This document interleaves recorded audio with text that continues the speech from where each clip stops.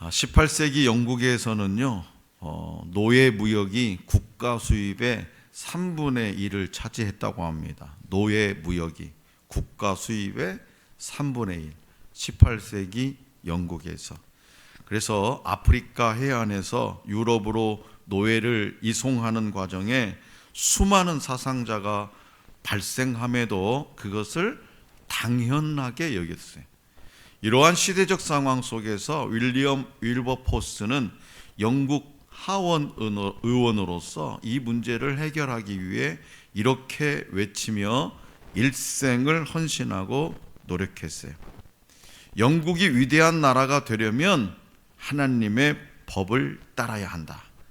황금의 눈이 멀어 노예 제도를 고집한다면 영국은 살아남지 못할 것이다.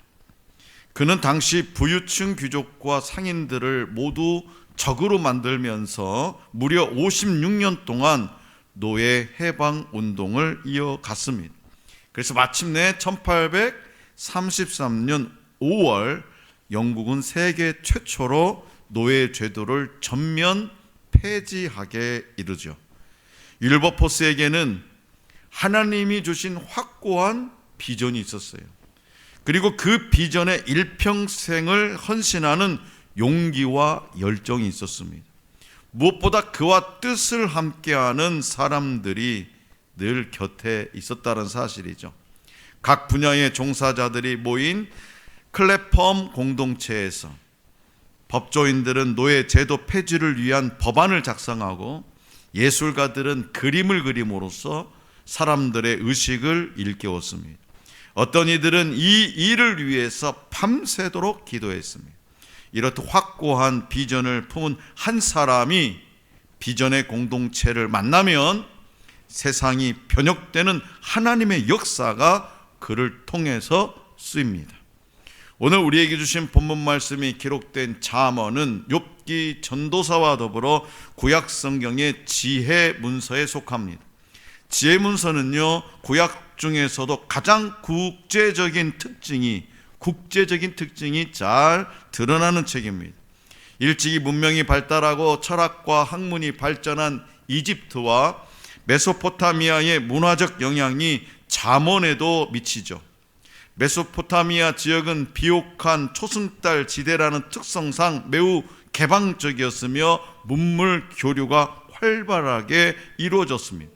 그러나 동시에 외적의 침입과 왕조 교체가 빈번하게 일어났습니다. 이러한 예측 불가능한 시대적 상황으로 인해서 이 지역에서는 비관주의적 지혜 문학이 많이 발견됩니다. 반대로 폐쇄적인 지형과 충분히 예측할 수 있는 나일강의 이 주기적 범람이라는 환경에 있던 이집트 지역에서는 낙관적인 지혜 문서가 많이 보인다는 거죠. 이러한 신과 인간, 인생에 대한 관점들은 구약 성경의 지혜 문서에 나오는 표현 등에 영향을 미치기도 합니다. 하지만 그 내용의 방향과 주제는 매우 다르죠. 오히려 철저하게 이스라엘의 하나님을 경외해야 하며 하나님을 경외하는 것이 모든 지혜의 근본이라는 사실을 분명하게 강조합니다. 일정한 문맥 없이 파편적으로 실용적인 지혜를 나열한 듯 보이는 잠언 중반부 말씀들도 시종일관 하나님을 경외하는 것이 지혜이며 생명의 길이라는 사실을 선언합니다. 이러한 잠언의 장르적 성격을 이해하며 동시에 명확한 주제를 붙잡는 것은 잠언을 이해하는 데 큰 도움이 되고요, 간결하고 외우기 쉽게 만들어졌기 때문에 또 실용적이고 삶의 지혜를 담은 신적 메시지라는 특징을 지닙니다.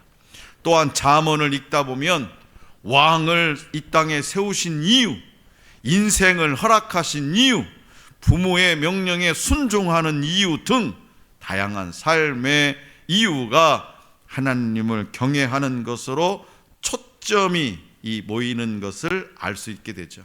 자, 그렇다면 하나님께서 지혜 있는 자를 통해 전하는 교훈이 오늘 저와 여러분들에게 중요한 이유는 무엇일까요? 자, 본문 말씀 14절입니다. 우리 다 같이 다시 한번 받들어보겠습니다. 14절 시작. 지혜 있는 자의 교훈은 생명의 샘이니 사망의 그물에서 벗어나게 하느니라. 아멘. 자, 이 말씀은 12절부터 19절까지 이어지는 소단락의 주제이고요, 동시에 13장 전체의 주제입니다. 이 구절은 다른 구절처럼 두 가지를 대조하는 방식이 아닌 한 가지 메시지를 직설적으로 선포하죠. 여기서 교훈으로 번역된 단어는 13절의 말씀, 계명과 연관해서 규례 혹은 법도로 해석할 수도 있습니다. 지혜 있는 자의 계명 곧 법도는 생명의 샘이 되는데, 이 표현은 14장 27절에서 그대로 반복되죠. 다만 27절에서는 지혜 있는 자의 교훈 대신 여호와를 경외하는 것이 생명의 샘이라고 표현될 뿐이죠. 이렇게 매우 유사한 문장을 반복하는 것은 우연이 아니라 저자가 분명한 의도를 가지고 강조하는 겁니다. 그리고 이 생명의 샘은 12절에 생명나무와도 관련이 있어요. 생명의 샘은 10장 11절 의인의 입에서 나오는 말에 비유됩니다. 지혜의 가르침과 물을 연결시키는 것은요, 고대 중동에서 적합한 비유예요. 왜냐하면 당시 물은 곧 생명이고 샘은 생명을 유지하는 원천이었습니다. 마찬가지로 지혜의 가르침은 생명의 근원이고 지혜는 생명을 유지케 하는 삶의 원리예요. 이 생명의 샘이 있어야 사망의 그물에서 구원을 얻을 수 있습니다. 여기서의 생명은요, 갑작스러운 죽음에서의 건집뿐만 아니라 고차원적인 삶까지도 의미해요. 그렇기 때문에 잠언 전체의 주제인 지혜, 즉 여호와를 경외하는 것이 생명의 근원, 생명의 샘이 되는 이유는 그것이 사람을 죽음의 그물에서 벗어나게 하기 때문입니다. 다시 말해서 생명의 말씀을 붙잡고 하나님을 경외하는 사람은 자기가 걸린 죽음의 사슬을 끊고 생명으로 옮겨가게 돼요. 반대로 생명의 원천 되시는 하나님을 무시하고 그 말씀을 무시하는 자는 자기 자신을 죽음으로 몰아넣는 어리석은 자입니다. 자, 성도 여러분, 지혜 있는 자의 교훈은 생명의 샘이에요. 자, 그렇다면 오늘 저와 여러분들이 하나님의 지혜로 생명을 얻도록 도우며 선한 영향력을 끼칠 대상은 누구일까요? 생명의 샘은 자신만을 위해 생명을 얻고 누리는 것을 넘어서 다른 사람들을 생명으로 인도하는 통로 역할을 하는 것을 의미합니다. 생명의 샘의 역할이 뭐냐? 자기 자신만 생명을 얻고 누리는 것으로 끝나는 것이 아니라 다른 사람들을 생명으로 인도하는 통로 역할을 하는 거예요. 그렇기 때문에 지혜 있는 사람의 교훈과 말씀은 사람들을 위로합니다. 그뿐만 아니라 그들로 하여금 하나님을 경외하며 죄악을 버리고 하늘의 지혜를 붙잡는 삶을 사늘도록 인도합니다. 그런데 그 하나님의 지혜를 따르는 삶은 막 복잡하거나 형이상학적이거나 어떤 추상적인 삶이 아니라는 거예요. 다시 말해서 오늘 저와 믿음의 사람인 오늘 저와 여러분, 생명의 샘인 오늘 저와 여러분들의 이 땅에서 삶이 복잡하거나 형이상학적이거나 어떤 추상적인 것이 아니라는 거예요. 그렇기 때문에 우리에게는 매 순간 일상의 구체적인 삶의 현장 속에서 하나님을 경외하는 지혜가 필요합니다. 지혜를 얻는 그러면 지혜를 얻는 가장 중요한 비결은 뭐냐? 하나님의 말씀을 두려워하는 거예요. 우리의 일상에서 하나님의 말씀을 두려워하는 거예요. 이것이 내 자신이, 여러분 자신이 생명의 샘이 되는 근원이에요. 하나님의 말씀을 두려워한다는 것은 뭐냐? 그러면 하나님의 말씀을 두려워한다는 거, 이게 뭐냐? 이것도 어렵잖아요. 하나님의 말씀을 두려워한다는 것은 하나님의 말씀을 소중히 여긴다는 거예요. 우리가 말씀을 소중히 여겨야 하는 이유는 말씀만이 영원하기 때문이죠. 우리가 아끼는 관계도, 재물도, 그리고 우리의 생명조차도 이 땅에서 한계가 있습니다. 유한한 겁니다. 언젠가는 끝이 있습니다. 그러나 예수님은 천지가 없어지는 일이 있더라도 하나님의 말씀은 1.1획도 없어지지 않고 다 이루어지리라고 말씀하셨어요. 우리가 영원한 진리인 하나님의 말씀을 소중히 여길 때 하나님이 오늘 저와 여러분들에게 지혜를 더해 주십니다. 이스라엘에서 가장 뛰어난 왕이었던 다윗은요, 하나님이 주신 지혜를 소유했던 사람이에요. 다윗은 자신이 하나님의 말씀을 가까이 하고 늘 생각했기에 모든 스승보다 더 명철해졌다고 고백했습니다. 그는 말씀을 통해 배운 지혜로 살았기 때문에 하나님의 마음에 합한 사람이라는 평가를 받았어요. 하나님의 말씀 안에서 우리는 삶의 목적과 그것에 도달하는 지혜까지 모두 배울 수 있는 거예요. 우리는 때때로 감당하기 어려운 문제를 만나면 어찌할 바를 모르고 당황합니다. 하지만 코앞에 닥친 현실이 아무리 힘들어도요, 하나님의 말씀 안에는 그 역경을 극복할 수 있는 지혜가 무궁무진하게 담겨 있다는 거예요. 우리 주님은 야고보 사도를 통해 누구든지 지혜가 부족하거든 모든 사람에게 후히 주시고 꾸짖지 아니하시는 하나님께 구하라 라고 권면합니다. 이는요, 신학적인 지식을 말하는 것이 아니에요. 삶에 대한 실제적인 통찰력, 일상에서 마주하는 일과 관계와 대상을 바라보는 하나님의 관점을 구하는 것을 의미하는 거예요. 세상의 관점과 지혜는 세상을 따르다 보면 자연스럽게 얻을 수 있어요. 세상의 관점, 세상 사람들이 바라보는 것과 그 지혜는 세상을 따라 살면 자연스럽게 얻을 수 있는 거예요. 그러나 하나님의 관점과 분별력은요, 하나님 나라의 가치를 알고 믿음으로 간구할 때 주어지는 거예요. 멋진 말씀이잖아요. 멋진 이야기잖아요. 그래서 제가 오늘 딱 요 문구만 우리 가족 톡에다 올렸어요. 그랬더니 우리 아들들이 공감한다고 하트 표시를 2개씩 올렸더라고요.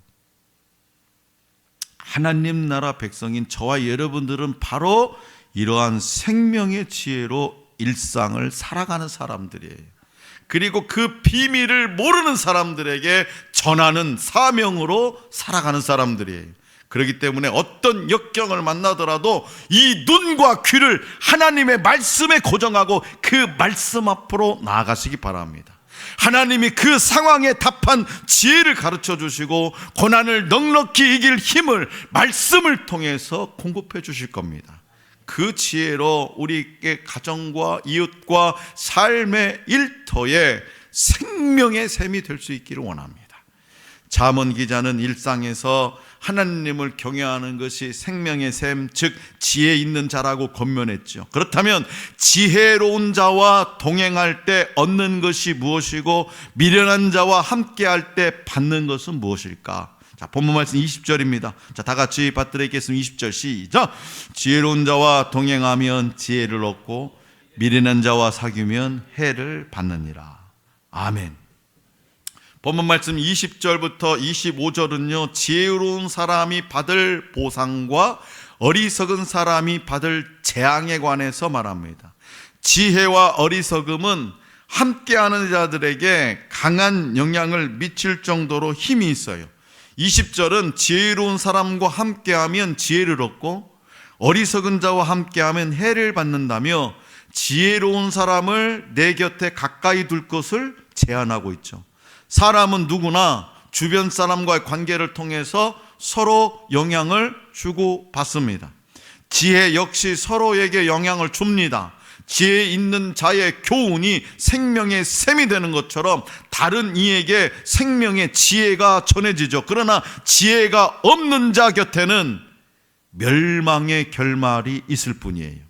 다시 말해서 지혜로운 사람은 스스로 내가 지혜가 없어도 지혜 있는 사람과 함께함으로 지혜의 생명의 능력과 유익을 그 사람과 함께 공유하고 누리게 된다는 거죠. 내가 지혜가 없다고 생각해도 지혜 있는 사람과 함께 어울리다 보면 내게 지혜가 생긴다는 거예요. 그러나 어리석은 사람들은 이를 거절하며 오히려 하나님을 경외하지 않는 어리석은 자와 사귀기를 즐거워합니다. 그 결과 의인과 죄인에게 주어지는 결말이 그들이 선택하여 함께하는 이들에게도 동일하게 임하죠. 21절처럼 죄인에게는 재앙이 따르고 의인에게는 선한 보응이 있습니다. 그렇기 때문에 하나님을 경외함이 참 지혜예요. 그렇다면 하늘소망교회, 이 하늘소망교회는 신앙 공동체에서 하나님을 경외하는 이들과 교제하면서 얻는 지혜는 어떤 것일까? 우리는 살아가면서 다양한 사람들을 만나고 친구를 사귈 기회를 얻습니다. 그 중에는 수십 년의 기간을 함께하는 오랜 친구도 있고요, 만난 지 얼마 되지 않은 친구도 있어요. 우리가 지금까지 사귄 친구들을 한번 여러분 생각해 보시기 바랍니다. 대부분의 사람들은요, 자기에게 호감을 가지거나 친절하게 대하는 사람 혹은 공통의 관심사가 있는 사람과 친구 관계를 맺죠. 그런데 오늘 잠언은 친구를 사귈 때 인간적인 조건보다 참된 지혜를 소유했는가를 소중하게 본다는 거죠. 저 사람이 참된 지혜를 소유했는가? 그 참된 지혜가 뭘까요? 하나님을 경외하는 사람인가? 자, 솔로몬의 뒤를 이어서 아들 르호보암이 왕위에 올랐을 때 여로보암이 이스라엘 회중을 거느리고 왕 앞에 나왔어요. 그들은 솔로몬 왕이 부여했던 무거운 노동 강도를 경감해달라고 요구했어요. 일이 너무 힘들어서 죽게 생겼으니 좀 일을 줄여달라고. 그러자 르호보암은 아버지 솔로몬을 섬기던 나이 많은 신하와 자기와 함께 자란 친구들을 따로 불러서 해결책을 물어봤죠. 그는 결국 어리석은 친구들의 조언을 따름으로써 나라를 둘로 분열시키고 말았어요. 어리석은 친구들 얘기를 듣다가 어리석은 자들과 함께한 결과는 자기 자신뿐만 아니라 주변 모든 관계에 걷잡을 수 없는 불행을 가져올 수 있습니다. 자, 성도 여러분, 이런 해를 피하는 길은 순수한 신앙을 가진 사람들과 교제하며 마음을 나누는 거예요. 그 사람이 지금 여러분과 함께 예배드리고 있어요. 한번 둘러보세요. 지혜로운 사람들이 여러분 주변에 이렇게 그냥 있다니까. 그러니까 여러분들은 교인들하고 일주일에도 매번 만나서 놀 것을 생각해야 돼요. 교회 직장에서 세상 사람들, 안 믿는 사람들하고 놀 것을 많이 궁리하는 사람은 지혜롭지 못한 사람이죠. 간단합니다. 지혜로운 사람이 이렇게 여러분 주변에 있는 거예요. 지금 나와 함께하는 이는 세상에 소망을 두지 않고 영원한 하나님 나라를 소망하고 기다리는 사람들이에요. 나와 생각이 같은 사람들이에요. 또한 함께 하나님을 예배하도록 부름받은 믿음 공동체의 구성원입니다. 그렇기 때문에 장차 오실 주님의 나라를 사모하면서 함께 하나님을 예배하고 서로 믿음의 길을 잘 걸어갈 수 있도록 격려하며 섬기는 것이 하늘소망교회 성도와 믿음 공동체를 향한 하나님의 뜻입니다. 하나님의 뜻대로 살아가기 위해서는 거룩한 공동체 안에서 믿음의 성도들과 함께 하는 것이 필요해요. 잠언은 지혜를 가지라고 도전함과 동시에 지혜로운 자와 함께 하라고 촉구합니다. 지혜로운 자와 함께 하라. 오늘 우리는 혼자서 경건을 지키며 살아갈 수가 없어요. 나 혼자만 있으면 어느새 마귀가 쏙 들어와가지고 이상한 것을 보게 만들거나 이상한 생각을 하게 하거나, 그리고 아무도 안 보니까 죄를 지을 가능성이 높습니다. 그래서 혼자서 경건을 지키며 살아갈 수가 없어요. 다른 사람의 모습을 보면서 하나님을 섬기는 모습을 배울 수 있고요, 그리스도인으로서 무엇을 조심하며 살아야 하는지 반면교사로 삼을 수 있어요. 또한 하늘 소망교회 성도들과 하나님을 경외하는 지혜를 함께 나누고 서로 선한 영향력을 끼치며 세상을 향해서 거룩한 복음의 증거자가 되도록 세워주는 공동체 안에서의 교제가 필요합니다. 그러니까 여러분, 한 주간도 계속해서 주일날 만나고 땡! 다음 주에 만나면 되지, 이게 아니라 이 주간에도 여러분들끼리 서로 교제해야 돼요. 그런 사귐이 의와 믿음과 사랑과 평화의 열매를 맺게 합니다.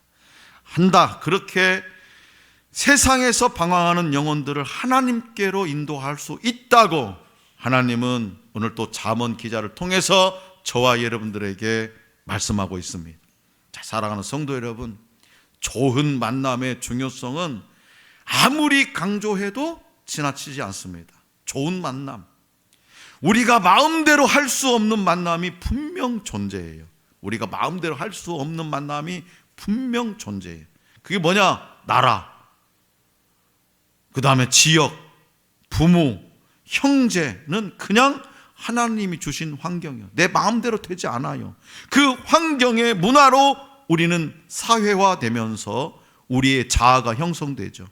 이는 넓은 의미의 부르심이고요, 세상 사람들에게는 운명이고 팔자입니다. 이것을 놓고 하나님의 섭리를 논하기는 어렵습니다. 그러나 자신이 선택하며, 내가 선택하며 결정할 수 있는 만남에 대해서는 하나님의 인도 가운데 신중하게 잘 분별해야 돼요. 그래서 성진이, 너는 지금부터 늦지 않았어, 배우자 기도를 해야 된다. 구체적으로 네가 선택해야 되니까. 엄마가 골라줄 수 없잖아, 그치? 배우자 기도를 잘해야 된다. 하나님의 인도 가운데 신중하게 잘 분별해야 돼요. 네가 믿음의 생활 끝까지 주님 만날 때까지 갈 수 있느냐 없느냐, 그건 배우자 기도에 달려있다. 인간은 같이 사는 사람에게서 말투부터 사상, 가치관, 생활 양식까지 영향을 받아서 내면화되기 때문에 아무리 강철 의지를 가진 사람이라도 그 환경에서 자유롭지 못합니다. 금묵자흑입니다. 먹을 가까이 하면 거머쥐는 거예요. 맹모 삼천지교에는 이유가 있어요. 우리는 소명을 따라 어디든 누구에게든 가야 하나 성화와 성숙을 위해서는 항상 좋은 쪽을 선택해야 돼요. 그런 의미에서 볼 때 우리 하늘 소망교회는요, 참 좋은 공동체예요. 담임 목사가 좋다는데 성도님들 불만 있어요? 참 좋은 공동체. 왜냐? 누구라도 삐뚤어진 사람이 없어요. 누구라도, 제가 봐도 삐뚤어진 사람이 없어요. 이 삐뚤어진 사람이 문제예요, 어떤 공동체건. 근데 우리는 삐뚤어진 사람이 없어요. 목사님, 왜 이건 이렇게 했대요? 그렇게 지금까지 한 번도 그렇게 물어본 사람이 없어요. 김유곤 집사님, 왜 이렇게 그냥 목소리를 크게 소리를, 한 번도 그런 사람 없어요. 너무나 훌륭하다고 하지. 없어요. 누구라도. 무엇보다도 신앙생활을 정말 잘할 수 있는 멋진 사람들로 하나님이 묶어주셨어요. 그래서 우리는 같은 방향을 봅니다. 같은 생각을 합니다. 같은 말을 합니다. 성경의 잠언은 세속적 지혜를 열거하는 보통의 잠언집과 다르죠. 창조주요 절대 주권자이신 하나님을 경외하는 삶이 무엇인지 구체적으로 보여주면서 그러한 삶을 진정한 지혜와 의로 정의하고 있습니다. 지혜 있는 자의 교훈은 생명의 근원이고요, 죽음의 그물에서 벗어나게 합니다. 나 자신뿐만 아니라 다른 이들도 생명의 영향 아래 있도록 인도합니다. 우리 하늘 소망교회 성도들이 그런 삶을 충분히 살아낼 수 있어요. 지혜 있는 자와 동행하면 생명의 지혜를 공유하지만 반대로 어리석은 자와 함께하면 해를 받고 멸망하죠.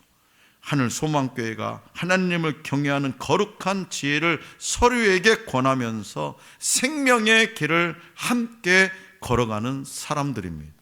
그러므로 하나님을 경외하는 지혜를 붙잡고 세상 속에서 거룩한 영향력을 나타내며 살아갈 수 있기를 원합니다. 모든 성도가 거룩한 지혜로 서로 권하면서 섬기는 아름다운 공동체를 이루어 갈 수 있기를 간절히 기원합니다.